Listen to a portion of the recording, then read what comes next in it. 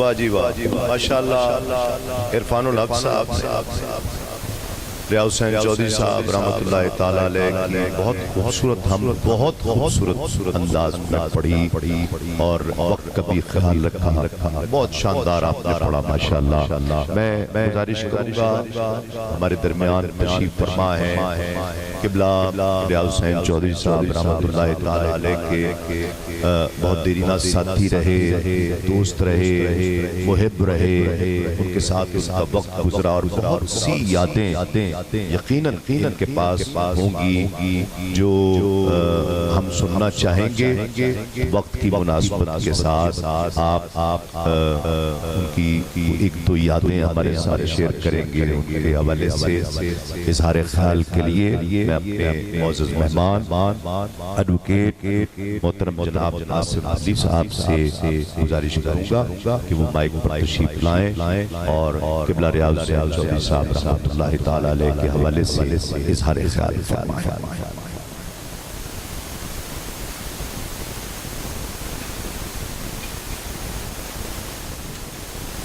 بسم اللہ الرحمن الرحیم۔ صدر مجلس، صاحب نظامت، ارباب دانش و بینش، بہت ہی پیارے احباب جن کے دلوں میں ریاض حسین چودھری صاحب آج اپنی خوشبو کے ساتھ موجود ہیں اور اس محفل میں بھی ریاض حسین چودھری صاحب کی یادیں اور الفاظ محسوس کیا جا سکتا ہے۔ مجھے دستر صاحب نے 10-15 منٹ کے ایک دائرہ کھینچا تھا میری گفتگو کے لیے، لیکن میں کوشش کروں گا کہ اس سے بھی آدھا وقت لیا جائے، کیونکہ بات جتنی بھی مختصر ہو میرا خیال ہے کہ وہ پر اثر ہوتی ہے، اور بات جتنی بھی لمبی ہو پھر وہ اپنا اثر کھوتی جاتی ہے۔ حضور والا، مجھے سب سے پہلے ریاض حسین چودھری صاحب سے تعارف جس شعر کے حوالے سے ہوا، آؤ اپنے جسم چن دیں اینٹ پتھر کی جگہ، بے در و دیوار ہے لیکن یہ گھر اپنا تو ہے۔ اس شعر نے ایسا دامن دل کو کھینچا، اور پھر دوسرا شعر کہ غلامان محمد کا اظہار آہنی ہے یہ، وطن کے واسطے جتنی بھی ممکن ہو دعا لکھا۔ ریاض حسین چودھری صاحب پاکستان کو قریہ عشق محمد کہتے تھے، اور پاکستان کی نظریاتی شناخت اور نظریاتی تشخص کے حوالے سے اس سے بہتر اور موضوع عنوان نہیں ہو سکتا کہ پاکستان قریہ عشق محمد۔ ریاض حسین چودھری صاحب فرماتے تھے کہ پاکستان عالم اسلام کی پہلی دفاعی لائن ہے، اور یہ کہ پاکستان پوری ملت اسلامیہ کی امانت ہے، اور اس امانت میں خیانت کا تصور مسلک عشق سے غداری کے مترادف ہے۔ اب یہ مسلک عشق جو ہے، اس بیچ میں دا لائن سمجھے کہ پاکستان اس امانت جس کا نام پاکستانی سے خیانت، عشق محمد سے غداری کے مترادف ہے، کیونکہ یہ ان کے نام پر مرضی وجود ہے۔ میں باقاعدہ طور پر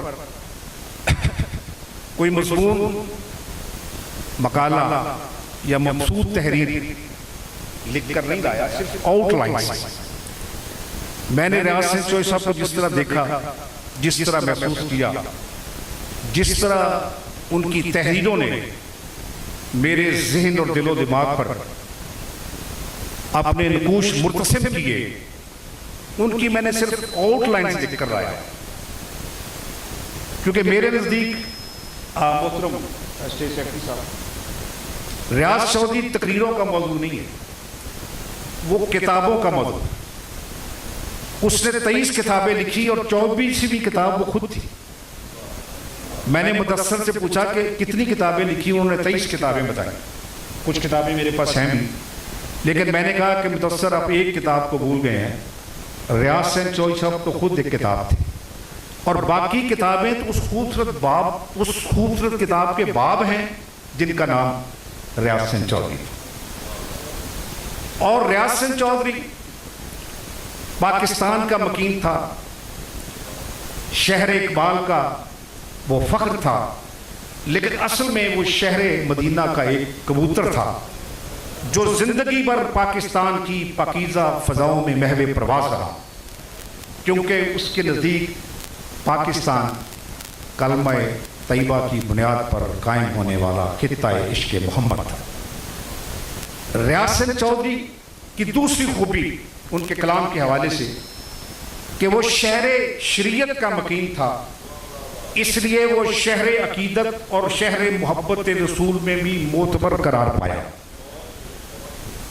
وہ جو خود بھی پابند شریعت تھا، اس کا نعتیہ کلام، اس کا سرمایہ بھی پابند شریعت ہے۔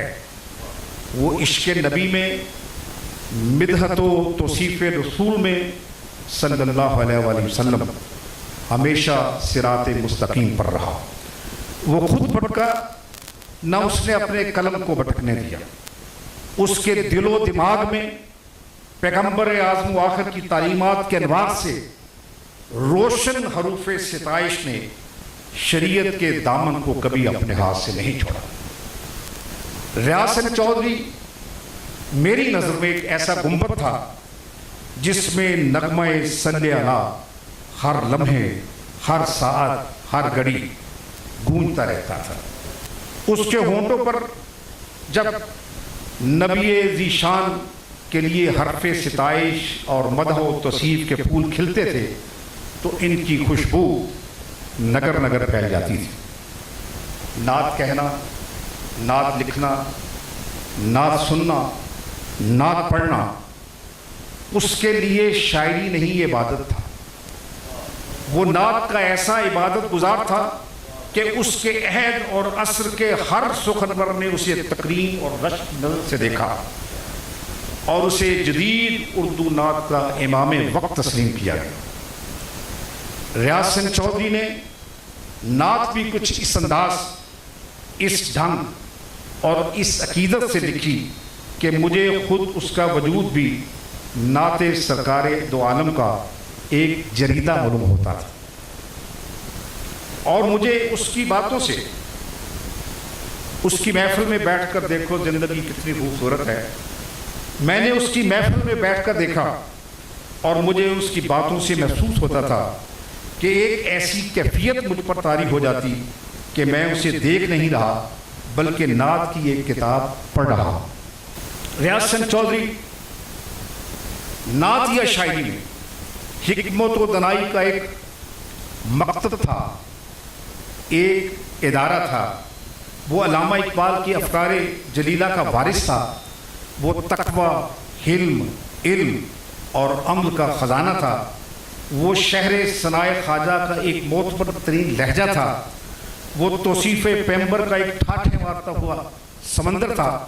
اور ریاض مجید صاحب تشریف لے آئے ہیں، میں ان کو ویلکم کرتا ہوں اور اپنی گفتگو یہاں روکتا ہوں تاکہ وہ ذرا اپنی نشست پر بیٹھ سکے۔ ریاض حسین چودھری نعت یا شاعری میں حکمت و دانائی کا ایک مکتب تھا۔ وہ علامہ محمد اقبال کے افکار جلیلہ کا وارث تھا۔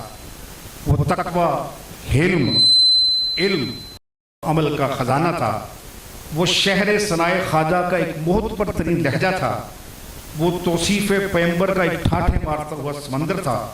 اس کی غیر فانی اور ناقابل فراموش نعتیں اردو نعتیہ شاعری کی تاریخ کے اوراق میں اس کے نام کو ہمیشہ زندہ رکھیں گی۔ ریاض حسین چودھری پر رب کریم کا بڑا کرم تھا کہ مقدر کے سکندر کے باغ سخن میں جتنے بھی پھول کھلے ان کی تازگی، دلکشی اور خوشبو آج بھی ہمارے مشام جاں کو معطر کر رہی ہے۔ ریاض حسین چودھری لفظ و معنی کے سمندر کا وہ شناور تھا کہ کبھی تو وہ خود بھی مجھے سعدی کی ایک دلکش نعتیہ ربائی معلوم ہوتا، کبھی وہ بصیری کا کہ قصیدہ کا ایک خوبصورت شعر لگتا، کبھی وہ خلد توصیف پیمبر میں بہتے ہوئے چشمے کی صورت میں نظر آتا جس کے الفاظ کی حلاوت سب سے جدا ہے، کبھی اس کی شاعری میں کوثر و سلسبیل کے پانیوں کا ذائقہ محسوس ہوتا۔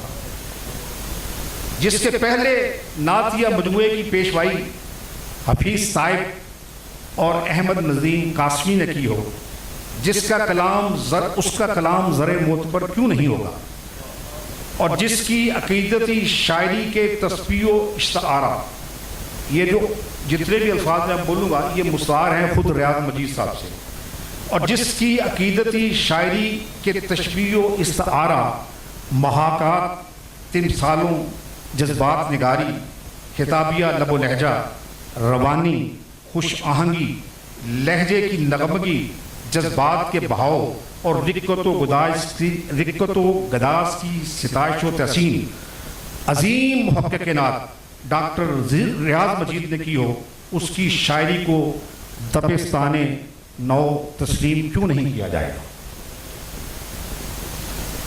جب ریاض چودھری کی نعتیہ تخلیقات کے حوالے سے سید سبیل رحمانی نے یہ تحریر کیا ہو کہ ان کے کلام میں بے کراں و رفتگی، والہانہ پن، سرشاری، تازہ کاری اور گہری ارادت کا سمندر موجزن ہے، تو پھر ریاض کی شاعری کو ہم کیوں نہ زمزم عشق قرار دیں۔ چراغ نعت جلتے ہیں میرے چھوٹے سے کمرے میں، میرے آنگن کی چڑیاں بھی درود پاک پڑھتی ہیں۔ چراغ نعت چلتے ہیں میرے چھوٹے سے کمرے میں، میرے آنگن کی چڑیاں بھی درود پاک پڑھتی ہیں۔ آج ریاض چودھری ہمارے درمیان موجود نہیں، مگر میں جب کبھی ان کے بیٹے مدثر سے ملتا ہوں تو میرا دل اطمینان کی دولت سے مالا مال ہو جاتا ہے کہ رب کریم نے ریاض کی اس دعا کو تاجدار انبیاء، ختم الرسل حضرت محمد مصطفیٰ صلی اللہ علیہ وسلم کے فیض شرف قبولیت بخش دیا ہے۔ میرے بچوں کو وراثت میں ملے حب رسول، یہ اثاثہ بعد میرے بھی تو گھر میں ہونا چاہیے۔ وآخر دعوانا ان الحمدللہ رب العالمین۔